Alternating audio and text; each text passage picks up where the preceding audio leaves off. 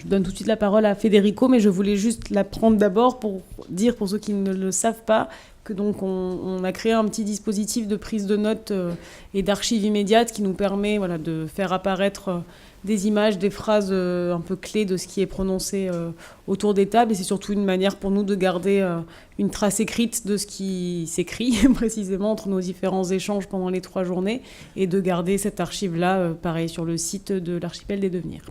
Merci. Merci Camille. La première intervention portera sur travail démocratique et autogestion en Grèce aujourd'hui. Donc je cède la parole à Alexis.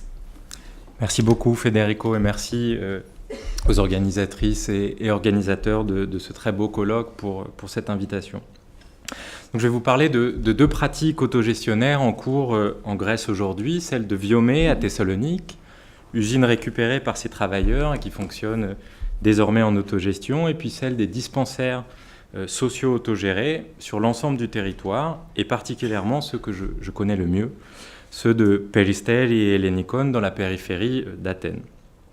Je vais le faire en lien avec mes recherches sur la démocratisation du travail, en lien aussi avec mes activités militantes en Grèce. J'ai visité ces 3 sites et discuté avec certains des travailleurs en autogestion dans ces 2 structures il y a 1 an environ, en leur posant un certain nombre de questions, en observant un certain nombre de leurs pratiques. Donc ce n'est pas à proprement parler une enquête sociologique, moi je fais de la philosophie sociale, mais ce que je vais vous présenter vient d'une rencontre et de discussion avec certains acteurs de ces 2 expériences autogestionnaires.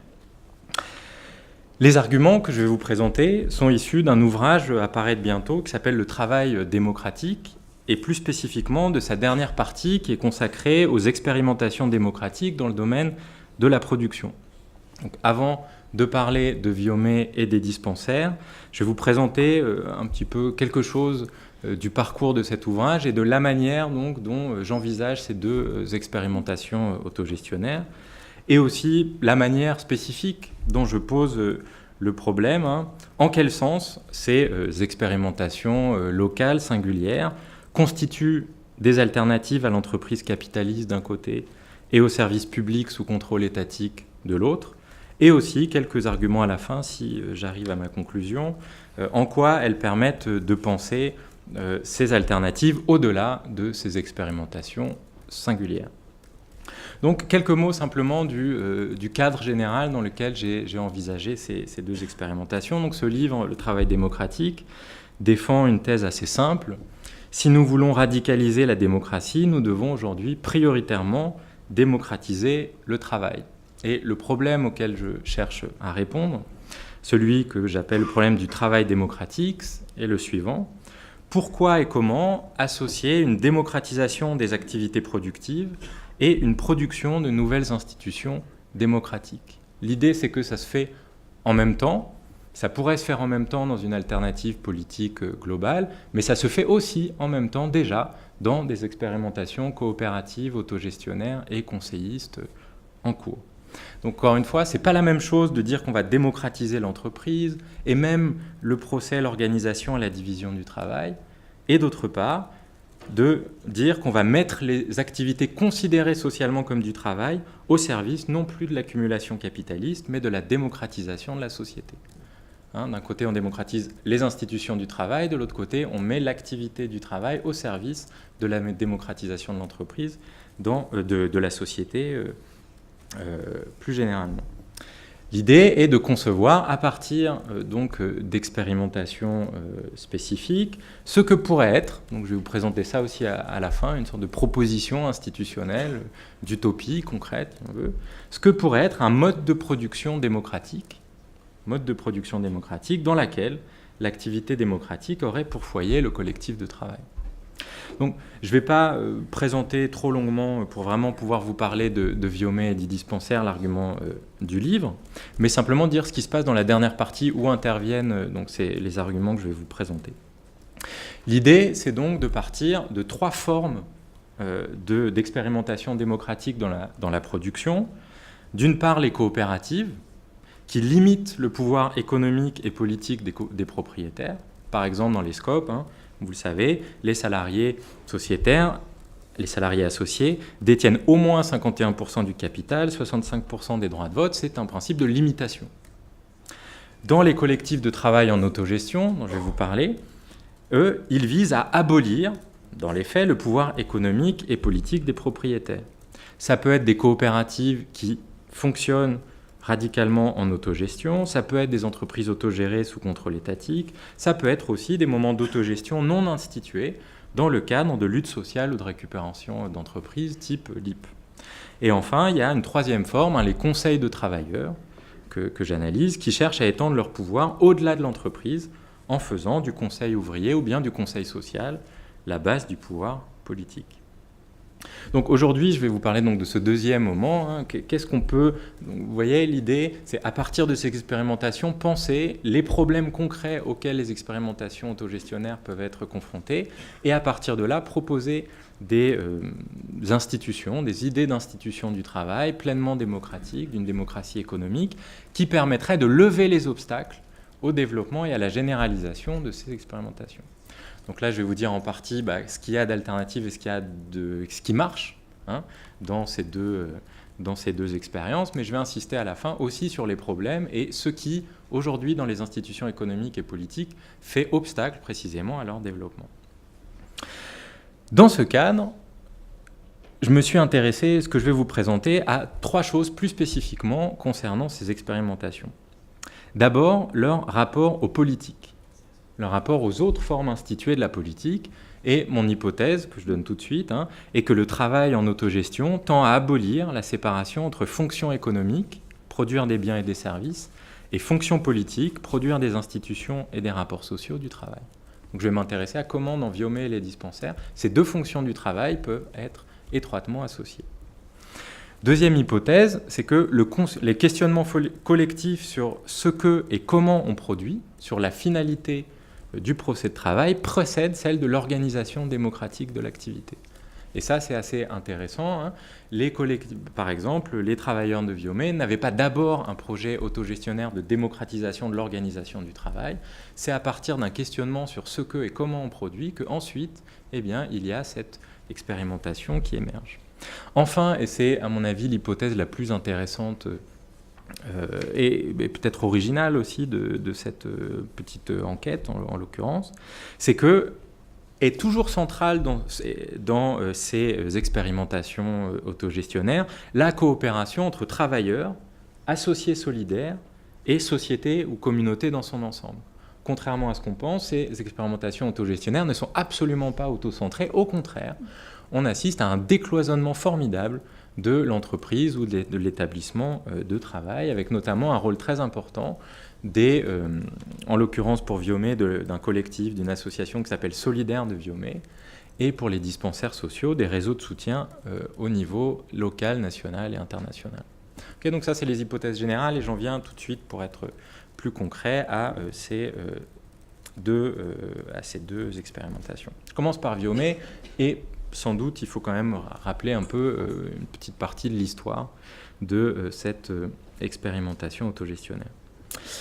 Les travailleurs de Viomé, qui est d'abord une usine de matériaux de construction, initialement spécialisée dans le métal à Thessalonique, ne sont pas payés depuis mai 2011, et le propriétaire décide finalement d'abandonner l'usine. Par décision de l'Assemblée générale des travailleurs, il décide d'occuper l'usine, de la faire fonctionner sous le contrôle des travailleurs en démocratie directe. Et après une lutte d'1 an, il redémarre la production le 12 février 2013, suite à une mobilisation sociale importante. Ce qui est particulièrement intéressant dans ce cas, c'est que progressivement, les travailleurs abandonnent la production de matériaux de construction et de traitement par produits chimiques pour ne fabriquer aujourd'hui, d'ailleurs vous pouvez l'acheter si vous voulez, les acheter sur le site de Viomé, que des produits ménagers bio, savon, liquide vaisselle, produits de nettoyage. Transformation de l'activité avec des critères écologiques. Aujourd'hui, ils sont une quinzaine de salariés, dont 3 nouvelles recrues en 2016, et l'Assemblée des travailleurs, donc un peu concernant l'organisation, se réunit tous les jours, chaque semaine pour les décisions stratégiques, toutes les 2 semaines en commun avec l'association Solidaire de Viomé, qui joue un rôle très important, on va le voir. Voilà un peu pour le cadre, et j'en viens à mes 3 questions. Rapport aux politiques, finalité du procès de travail et coopération entre travailleurs et société dans son ensemble. Alors, il est intéressant de noter que les ouvriers qui ont participé à la reprise de l'usine n'étaient pas initialement des militants politiques et surtout n'avaient pas d'expérience autogestionnaire antérieure. Pour les ouvriers, j'en cite un, Mäkisä-Närnostu, la priorité était de continuer l'activité, la question de l'autogestion est arrivée après. Et en fait, on pourrait prendre ce que je fais dans le livre, bien d'autres expériences, c'est la plupart du temps comme ça. Mais en même temps, lors de ma petite enquête à Thessalonique, d'autres témoignages m'ont permis d'expliquer mieux ce terrain favorable malgré tout. Ces ouvriers d'abord avaient l'habitude depuis longtemps de faire des discussions collectives entre travailleurs, de manière informelle, hors cadre syndical en l'occurrence, et surtout, certains, mais c'est intéressant, connaissaient l'existence d'expériences coopératives au début des années 80 en Grèce, impulsées par le PASOK, qui encourageait les ouvriers à reprendre les usines abandonnées par centaines à l'époque, mais le PASOK ne proposait qu'une aide financière, rien d'autre, et ça avait été un échec complet. Mais ils connaissaient ça, ils connaissaient cette expérience, c'est quelque chose qui était dans les discussions possiblement, y compris les raisons de l'échec de ces expérimentations dans les années 80. Deuxième chose à noter intéressante, au moment de leur mobilisation, qui a été très rude, pas de salaire, pendant la procédure initiale de liquidation, arrêté d'expulsion, présence policière, etc. Eh bien, évidemment, les travailleurs sont spontanément tournés vers les partis politiques, les syndicats, qui ne leur ont proposé qu'un soutien juridique pour négocier de meilleures primes, n'étaient pas intéressés par leur idée de reprendre l'usine et l'activité. Et c'est pourquoi, après 1 an ou 2, en essayant de discuter avec les organisations syndicales et politiques locales, ils ont rencontré un petit collectif d'étudiants qui s'appelle Alpha Kappa, qui étaient des militants de l'autogestion mais n'avaient absolument aucune expérience, qui leur ont dit « mais écoutez, et si vous repreniez votre usine vous-même, et on est en contact avec Zanon en Argentine, on peut les faire venir, on peut avec vous organiser un concert dans la ville pour lever un peu d'argent, etc. » Dernière chose à noter, et ça c'est assez caractéristique de ce qui s'est passé dans les années 2008-2012 en Grèce, essaimage d'expériences solidaires autonomes à grande distance des organisations syndicales et politiques. Éventuellement dans la discussion, on pourra vous dire où est-ce que ça en est aujourd'hui, après l'expérience de la capitulation de Syriza et de la démoralisation, disons, politique. Voilà, et donc on a affaire en ce moment, depuis 2016, disons, à une reprise de cet essaimage et de cette multiplication des expérimentations d'auto-organisation populaire. Ok, donc on peut résumer, il a fallu non pas un engagement politique préalable, mais quand même une culture politique minimale, c'est quand même quelque chose à noter. Non pas l'aide d'organisations syndicales aux politiques, mais au contraire leur désintérêt, non pas un projet initial précis, mais des rencontres avec ce qu'on pourrait appeler des promoteurs de l'autogestion, pour que les ouvriers se lancent effectivement dans la reprise de l'usine. Deuxième élément, deuxième aspect, intéressant donc pour essayer aussi d'avoir des arguments plus généraux concernant les apports, mais aussi les problèmes de ces expérimentations autogestionnaires, la question du changement de la production et de la réappropriation des savoirs. Les ouvriers, les travailleurs n'ont bénéficié d'aucun soutien financier ou technique autre que celui du mouvement de solidarité né pendant les manifestations et l'occupation de l'usine. Résultat, ils sont restés essentiellement, ils en sont restés au début, essentiellement à ce que les ouvriers non qualifiés et manutentionnaires qui sont restés dans l'entreprise savaient faire, et ils ont commencé par ne faire usage que d'une petite moitié des infrastructures, donc c'est une usine avec des infrastructures. Une bonne partie, encore aujourd'hui, est inoccupée. Ils ne s'en servent pas. Okay. Mais par contre, ce qu'ils ont fait, c'est qu'ils ont lancé une sorte d'appel à participation dans toute la ville, notamment auprès de l'école d'agronomie, pour dire on ne sait pas faire marcher une partie de ces machines, venez nous aider. Et donc, dès le début, il y a eu des étudiants, notamment des étudiants qui sont venus dans le laboratoire de chimie de l'usine pour essayer d'en faire quelque chose. Ça a duré assez longtemps. Donc, question vraiment de réappropriation des savoirs et des techniques assez importante. Mais d'autre part, deuxième raison pour laquelle l'activité aussi a changé radicalement, c'est la présence précisément et les demandes finalement de cette association de solidarité avec Viomé qui leur disait « Nous vous aidons, nous occupons l'usine, nous faisons une mobilisation sociale et levons des fonds, nous aimerions que votre production nous soit directement utile. D'où l'idée, discuter donc entre travailleurs et associés et associations de solidarité avec Viomé, eh bien de produire des produits ménagers bio très peu chers, qui puissent aider directement, en temps de crise, eh bien, les consommateurs militants, les citoyens qui s'étaient mobilisés, qui n'avaient pas le projet initial de reprendre eux-mêmes l'usine, bien entendu, qui ont dit maintenant qu'on est là, on aimerait que ce que vous fassiez puisse nous être utile. Donc, on peut résumer un argument. De même, dans cette expérimentation-là, eh bien, il y a eu, du point de vue de la réappropriation des savoirs et du changement de la production, une présence très importante de ceux qui n'étaient pas des travailleurs de la mobilisation sociale.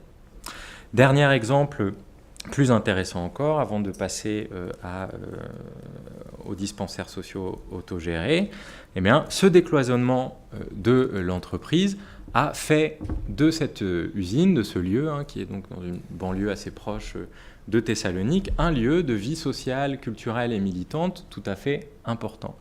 Et là, il y a derrière une stratégie assez intéressante. Pour faire face à la menace de procédures qui continue jusqu'à maintenant, procédures étatiques de liquidation, d'expulsion, de coupure d'électricité, les ouvriers et l'association ont mis au point une stratégie, multiplier les activités dont le caractère d'intérêt général était manifeste. Par exemple, ils ont ouvert un dispensaire social autogéré de médecine du travail, qui fait que des travailleurs d'autres entreprises pouvaient venir y consulter. Par exemple, notamment en 2016, au summum de ce qu'on a appelé la crise des réfugiés, c'était le lieu principal de stockage et d'ailleurs en lien avec le dispensaire social de Thessalonique, lieu principal de stockage de ce qui était collecté comme dons, médicaments, vivres, etc. pour le camp de détention d'Idomeni à la frontière nord qui est pas loin. Par exemple encore, ça c'est plus classique, eh bien, ils se sont portés volontaires pour ces ouvriers de Viomé pour organiser la rencontre euro-méditerranéenne de l'économie des travailleurs internationale, et c'est devenu maintenant bien un des piliers de ce réseau autogestionnaire international. Donc ce qu'on voit, c'est mon argument, c'est que d'un côté, bien sûr, les travailleurs sont devenus à la fois ouvriers, managers, propriétaires d'usage, ce qu'on connaît et ce qu'on attend finalement d'une expérience autogestionnaire, mais en même temps, ils participent aussi activement à la vie sociale, à la démocratisation au-delà de l'entreprise, des rapports sociaux à Thessalonique, et on trouve l'amorce concrète d'un projet de démocratisation de la société à partir de l'entreprise. Donc, ce qui est un peu le point qui m'intéresse. Deuxième exemple, les dispensaires sociaux et pharmacies autogérées, donc en Grèce. Première chose à rappeler, c'est une réponse aux mesures d'austérité à la crise sociale et humanitaire en Grèce depuis 2009. J'insiste pas, mais c'est une crise humanitaire majeure avec un taux de mortalité qui a explosé, des gens qui n'ont plus accès aux soins, etc. C'est vraiment une catastrophe. La destruction par notamment les mémorandas du système public hospitalier en Grèce. Donc, les premières structures, les dispensaires sociaux, ont été créés en 2011 et aujourd'hui, il y en a 50 dans toute la Grèce, environ 1000 bénévoles, médecins, généralistes ou spécialistes, dentistes, pharmaciens, infirmiers, citoyens qui s'occupent de l'organisation, et des dizaines de milliers de patients qui n'ont pas accès au système hospitalier grec ou alors qui ne sont pas bien soignés dans l'hôpital public. Ou bien carrément parce que les hôpitaux ont fermé dans le coin, ne sont plus, des dizaines de milliers de patients vont dans ces dispensaires plutôt que dans les hôpitaux publics. À titre d'exemple, pour voir, c'est vraiment quelque chose, une expérimentation de grande ampleur.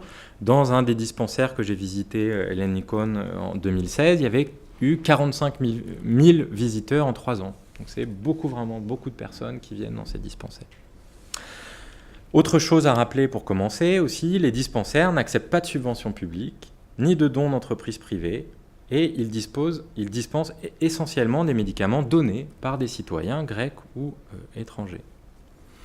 Les décisions sont prises en assemblée générale et le fonctionnement est du type associatif. 2 phrases avant de faire une petite analyse puis de conclure ensuite. 2 phrases peuvent résumer l'état d'esprit des militants dans ces dispensaires. 2 phrases que j'ai entendues. Nous militons pour n'être plus nécessaires. Entendons donc pour la reconstruction du système public hospitalier qui a été détruit ces dernières années. Et en même temps, contradictoirement, la solidarité populaire est plus forte et efficace que l'action de l'État. Entendons, nous serons nécessaires encore longtemps. Et ces 2 phrases sont vraiment très centrales. C'est vraiment 2 phrases textuellement que j'ai entendues et qui résument, disons, l'activité et les intentions de ces dispensaires. Rapidement, je reprends les 3 points, puis je conclus.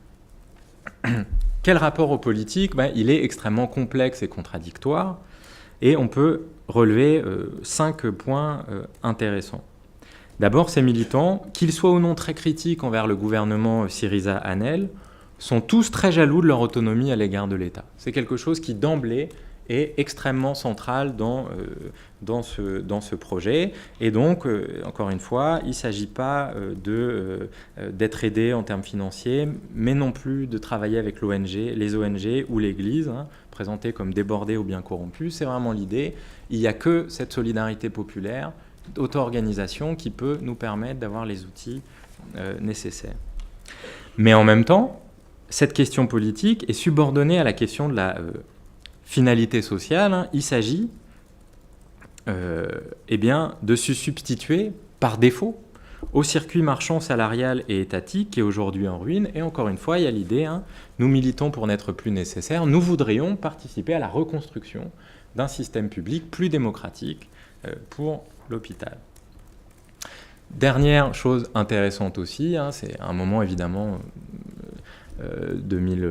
les années 2010, qui était un moment de politisation très important en Grèce. Ces dispensaires sociaux ont aussi fonctionné et continuent parfois à fonctionner comme des lieux de discussion politique concernant toutes les questions locales, et notamment la défense des intérêts des classes moyennes et populaires, et des réfugiés aussi, et des migrants. C'est un endroit où on discute aussi de bien d'autres choses que de soins médicaux.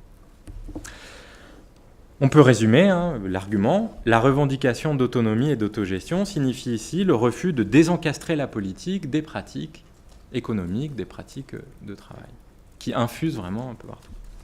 Deuxième élément, donc deuxième question, la question de la réappropriation des savoirs et du procès de production. Je prends juste un exemple très intéressant. En 2016, quand j'y suis allé aussi depuis, mais quand j'ai fait plus une enquête, c'était en 2016, c'était un moment où une bonne partie des médicaments qui étaient donnés à ces dispensaires étaient redistribués dans les camps de détention pour migrants, étaient donc redonnés non pas à des pauvres et ceux qui n'ont pas accès aux soins hospitaliers sur place, mais étaient renvoyés à Idomeni. Mais avec plein de questions, évidemment, y compris très politiques, qui étaient posées. Par exemple, est-il souhaitable de distribuer des médicaments aux réfugiés alors que les donateurs avaient d'autres destinataires en vue ? Donc, question politique discutée tout le temps. Par exemple aussi, et je l'ai entendu, et c'était des débats importants, est-ce qu'on n'est pas, en faisant ça, en train d'alimenter le discours de l'extrême droite qui met les pauvres Grecs et les réfugiés en compétition pour des biens rares ? Ce que je veux dire, et évidemment, la décision unanimement a été de donner la quasi-totalité, ou même la totalité pour Thessalonique, des dons et des médicaments collectés aux réfugiés. Mais ce que je voulais montrer simplement, c'est que dans ce type de discussion et de décision, on voit que la fonction économique de ce travail, produire un service ici, était toujours considérée comme politique, en disant quels seront les effets politiques de ces choix économiques que nous allons faire. Dernier élément concernant le rapport entre dispensaires, associations, réseaux de solidarité et l'ensemble de la société. Bon, je ne vais pas avoir le temps de décrire les stratifications assez complexes, en fait, la manière dont ça fonctionne. Il y a des réseaux de dispensaires entre eux, il y en a 2 différents, puis ensuite il y a des réseaux locaux, nationaux et internationaux de solidarité, etc. Mais ce qui est important à retenir, c'est que, là encore, ce ne sont pas simplement les bénévoles de ces structures autogérées. Autogérées, c'est vraiment un terme qui est revendiqué par l'ensemble de ces dispensaires. Mais encore une fois, l'invention d'un type de coopération entre des personnes qui ne sont pas directement investies dans cette expérimentation autogestionnaire qui permet que ça marche. Et c'est quelque chose d'assez efficace. Vous avez, si ça vous intéresse, un collectif, Solidarité Grèce France pour la santé en France, donc, qui a un site où vous pourrez avoir d'autres informations, qui est vraiment partie prenante avec d'autres associations internationales dans cette affaire. Il me reste 2 minutes, je conclue, ça va ? Oui. Ok. Donc, pour conclure, je m'en tiendrai simplement à dire que ces 3 questions, examinées à propos de ces expérimentations autogestionnaires, posent des problèmes qui vont bien au-delà, si on veut réfléchir à la question d'alternatives à l'entreprise capitaliste ou bien au service public sous contrôle étatique, bien au-delà de ces expérimentations elles-mêmes. On peut dire qu'il y a 3 problèmes. 1, comment abolir le clivage entre activité économique et politique, mais donc aussi entre le travailleur et le citoyen, et donc aussi entre les droits des travailleurs et les droits des citoyens. C'est quelque chose qui est extrêmement central dans les sociétés capitalistes. Si on fait ça, si on attaque cette dissociation entre activité économique et politique, on est en train, plus généralement, d'inventer quelque chose qui n'est déjà plus du tout quelque chose de compatible avec un mode de production capitaliste. Deuxièmement, comment démocratiser conjointement le procès, l'organisation et la division du travail. C'est-à-dire l'activité, ce qu'on fait, l'organisation, comment on fait et qui décide, et la division du travail entre travailleurs et non-travailleurs. Là encore, c'est quelque chose de très intéressant, notamment si on compare à la réflexion, mais aussi aux pratiques du mouvement ouvrier traditionnel. Il y a toujours eu un grand problème pour articuler ces 3 choses. Il y a plein de réflexions aujourd'hui sur mais pourquoi les syndicats ne se sont pas préoccupés de l'organisation, de la démocratisation de l'organisation du travail. Dans ces expérimentations autogestionnaires, on voit que ça fonctionne toujours ensemble. Et que c'est à partir du procès de travail que la question de l'organisation du travail peut se poser. Dernière question, parce que je suis trop long. Comment décloisonner les rapports entre l'intérieur et l'extérieur de l'entreprise et inventer des formes de coopération démocratique transversale dans l'ensemble de la société ? C'est à partir de cette question, donc moi, à la fin de mon livre, j'ai proposé ce qui pourrait être des conseils d'entreprise avec tous les pouvoirs de décision aux travailleurs dans l'entreprise, des conseils économiques au niveau de la filière et de la branche avec des représentants de toutes les entreprises dans la même filière prenant des décisions au sujet des objectifs de production, et des conseils sociaux avec des droits des travailleurs citoyens, avec aussi un droit au travail, donc tous les citoyens devenant des travailleurs et participant à des conseils sociaux, décidant souverainement sur ce qui doit être considéré comme du travail ou pas. Et même si j'étais un peu vide pour essayer d'articuler avec les exemples, vous voyez que les questions très très concrètes qui se posent dans ces expérimentations singulières amènent à des propositions de ce type qui sont assez différentes du débat aujourd'hui autour de la démocratie d'entreprise ou même de ce qui peut se discuter dans certains mouvements autogestionnaires. Si on part vraiment des problèmes très concrets et précis, alors la question des alternatives plus globalement peut se poser dans de nouveaux termes. Merci.